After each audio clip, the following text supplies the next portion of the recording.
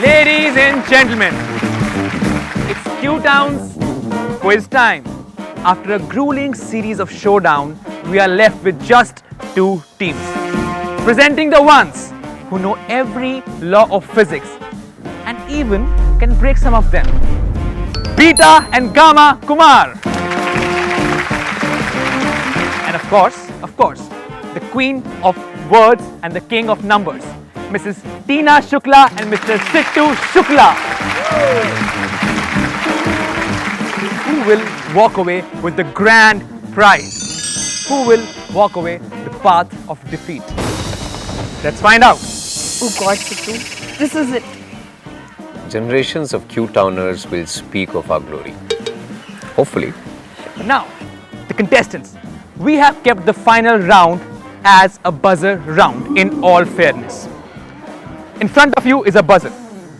The team which presses the buzzer first gets to answer the question. Correct. If you don't answer the question correctly, the question is passed to the next team. Each correct answer gives you 10 points and every wrong answer is a -5. And if you answer the past question correctly, you get a +5. Cool? Cool? So, at the end, the team which has most points wins. So guys, are you ready? Are you ready? Yes! Let's do it. The topic for finale is valuation ratios. No, Tina, this is the only topic we didn't revise. Relax, darling, we've got this. Let's start with the first question. Valuation ratios tell us how cheap or expensive a stock is at its current price. True or false? True. Correct. 10 points to Suklas. Can you explain the concept of valuation ratios through analogy?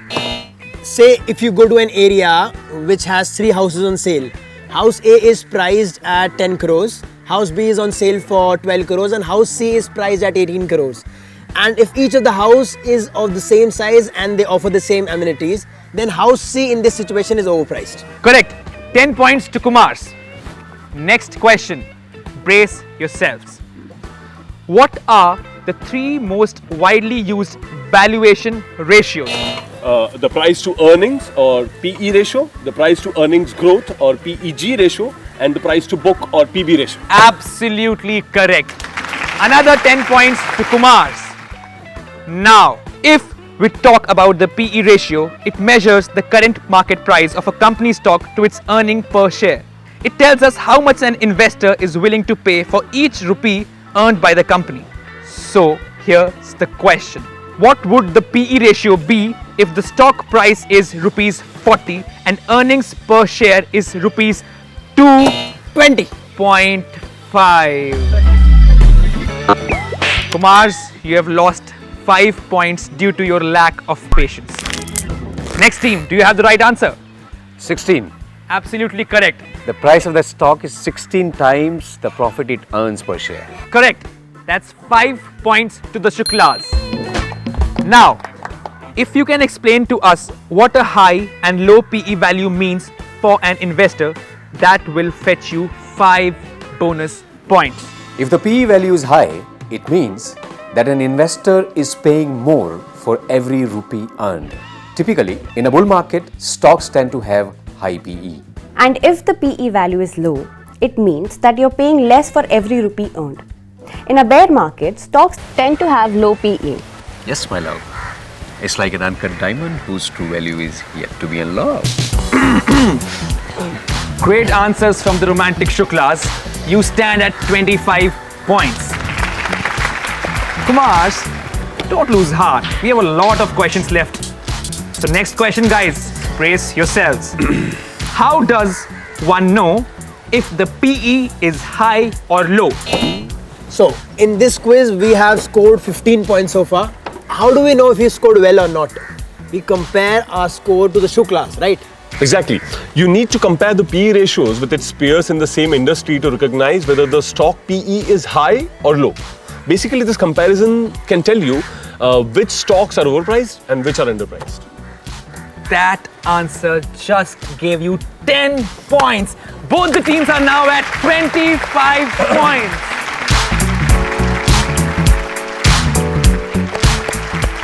In this example on the screen, you will see that the industry average PE is 40. So, what does that mean for company A's stock? Is it A, overpriced, B, underpriced, or C, fairly valued? Option A, the stock is overpriced. Correct. That brings me to my next question.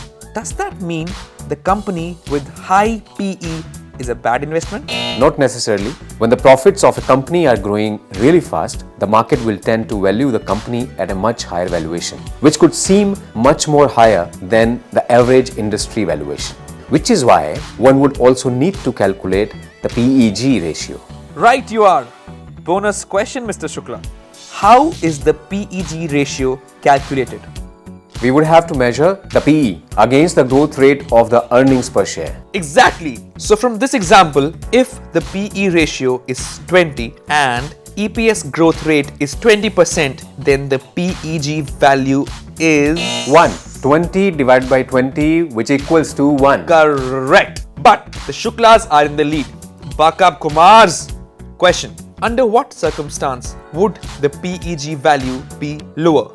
If the growth rate of EPS is higher compared to the PE of the stock, then the PEG value will be lower. As a rule of thumb, a PEG of less than 1 means that the stock is undervalued or underpriced. Correct. And what if the PE is higher than the EPS growth rate? Then the PEG value will be higher. A PEG greater than 1 generally means that the stock is overvalued or overpriced. However, in certain high growth industries, the PEG could be more than 1 across companies in the industry, and therefore the company with the lowest PEG ratio is the preferred investment. Now, how would one calculate the PE and PEG ratio in case the company has been posting losses? Can anyone tell me the formula? That's a trick question. PE and PEG can't be calculated in cases where a business is generating losses. Also, whenever a company is going through a business down cycle, these ratios are not the best indicators of a company's true valuation. Then which ratio is preferable in a down cycle or up cycle, or when a company is posting losses? PB ratio. PB ratio tells us the price investors are willing to pay for each rupee of the company's net assets. And the formula for that is The current market price of the share divided by the book value per share, also known as net worth per share. now with a share price of rupees 100 and the book value per share of rupees 50, the PB ratio would be 2. This means that the price of the share is 2 times its net worth per share.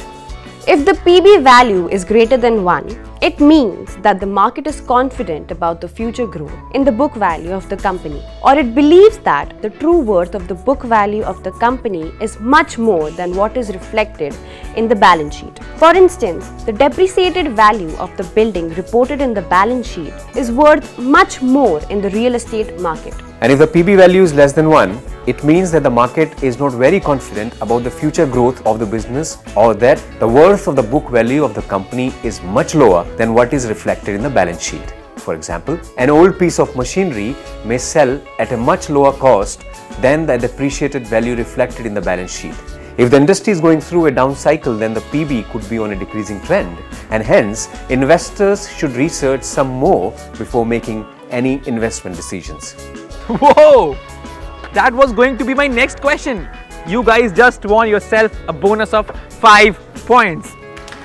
And that brings us to the end of Q-Town quiz. Now let's have a look at the scoreboard. And it is with great pleasure, ladies and gentlemen, I give to you the unbeaten, unafraid, unquestionably smart and knowledgeable winner of Q-Town quiz. Ladies and gentlemen, give it up for Tina and Sittu.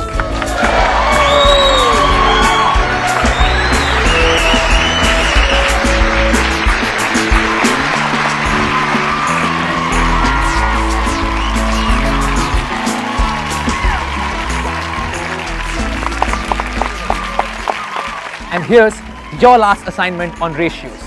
Here's some data of company for 2016 and 17.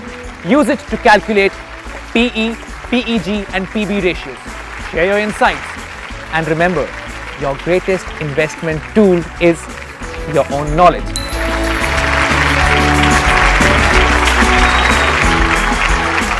We did it, Sittu. We will really sing songs of our glory, or at least tweet about it. But for now, Tina, I just want to enjoy our vacation and some cakes. A lot of cakes. Sounds perfect to me.